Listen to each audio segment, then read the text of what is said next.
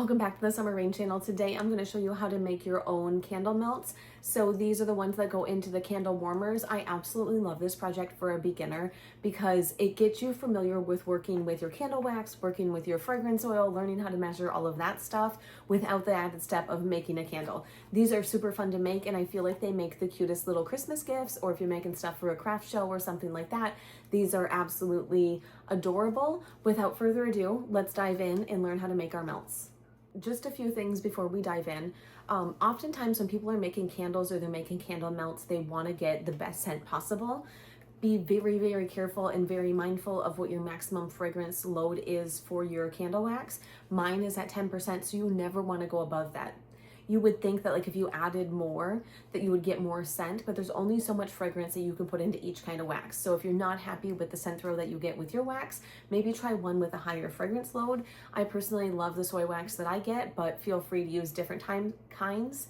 I know some might go as high as like 25% of a fragrance load, which is wild. So just check your wax before making this to see what your fragrance load for your candle wax is.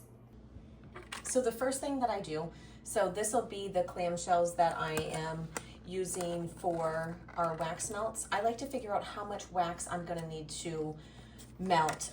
The easiest way to do this is actually grab your container.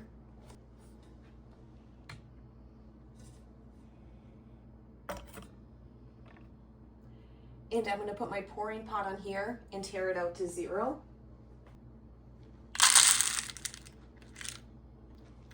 And what I do is I fill my clamshell to where we're gonna fill it with wax. And I'm gonna do that 2 times. I mean, this is kind of a rough estimation. Another thing that you could do is after you know how much wax it uses, just make note of it and then you can just measure out how much wax you need.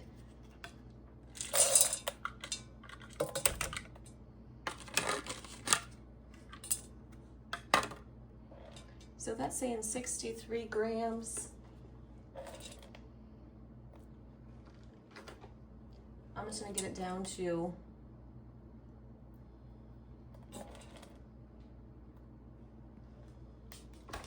60 grams, just to give us some really easy math. So my wax has a fragrance load of 10%, which means the most fragrance you can put in there is 10%. So at 60 grams, that's gonna be 6 grams of fragrance oil that you can add in. Now, it's a misconception that if you add more fragrance oil, it's gonna smell more.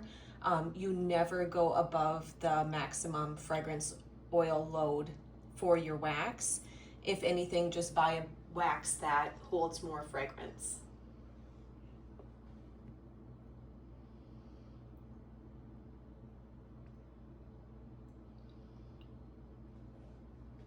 So what I'm gonna do now is I have a saucepan here with a little silicone mat on the bottom.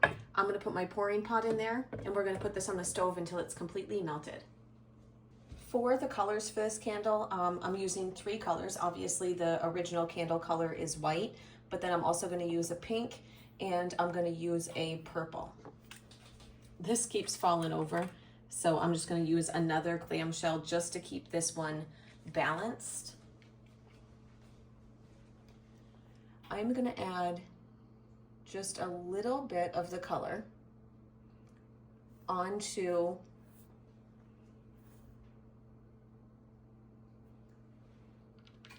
the mold.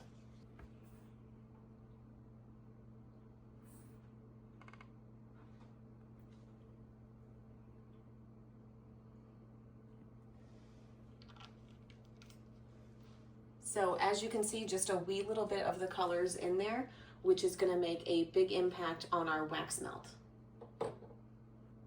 Now that our wax is all the way melted, what we're gonna do is go ahead and add the fragrance oil.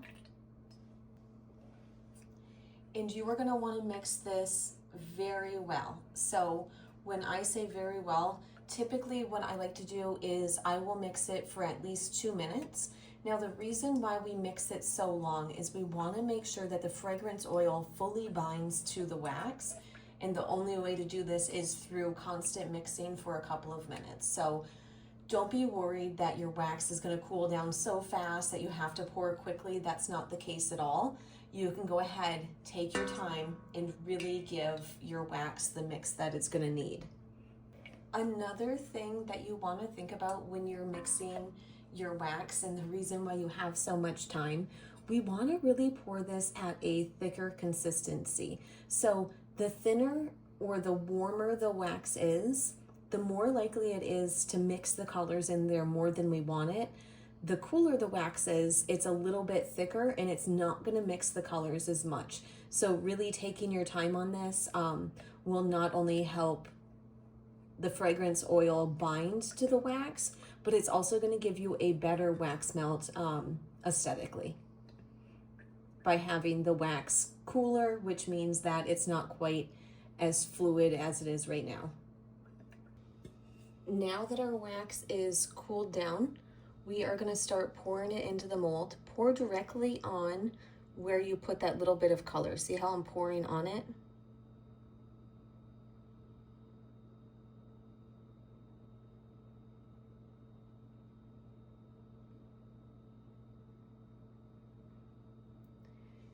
And I see that some spots don't have enough color. So what we're going to do is we're going to put a little bit more on there.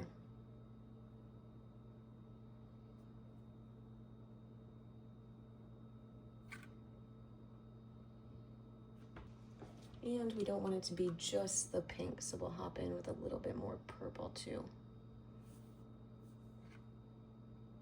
Okay. And you can see how cool my wax is because it's really starting to harden right directly in the container.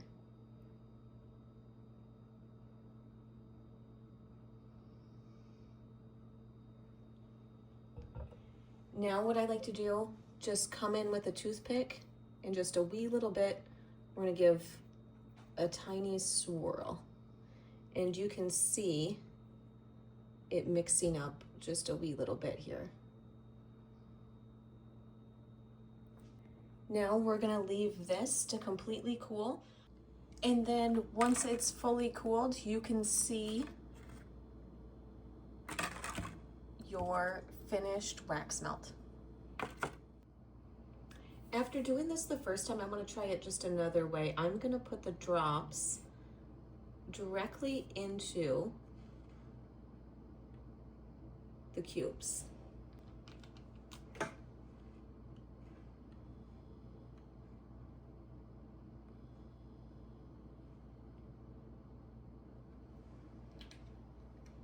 And I want to see what effect this has with the marbling when we pour it.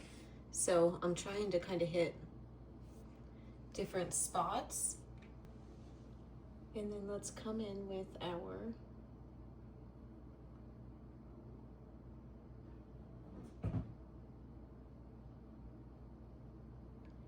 and I'm trying to pour directly in the center of each of these to push the color kind of to the sides and swirl it about.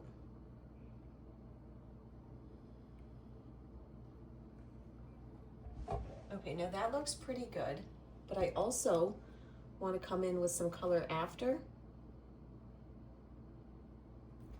And then we'll kind of come through and swirl it. I want to see if that gives us a more pronounced color palette, so it's a little bit more dramatic.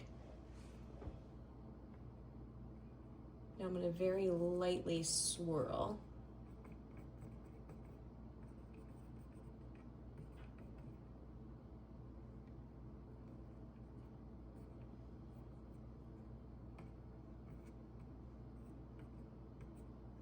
Okay, and now we're going to allow this one to cool completely.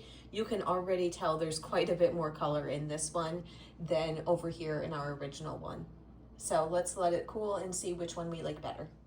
So here's the one where we put the color right in the bottom. The part that I don't love is it doesn't seem to carry up through the wax melt very well, whereas this one goes all the way. If you can see, in the cracks, it goes all the way through the wax melt. So I think this one's definitely the better method to get the color all the way through. If you like more color, you can put more wax color in there than I did. I actually like it the way that it is, just like this. But that's 2 ways to make your wax melts. I really hope you enjoyed the video. I hope you enjoy making and using your candle melts as much as I do. If you haven't done so already, be sure you hit the like and subscribe button down below. And also, when you're making these, make sure that you have fun with it. It really is one of those things that's like trial by error. And the fun thing is you can make so many of these and you're just gonna get better the more that you do it. And test different techniques and see which one works best for you.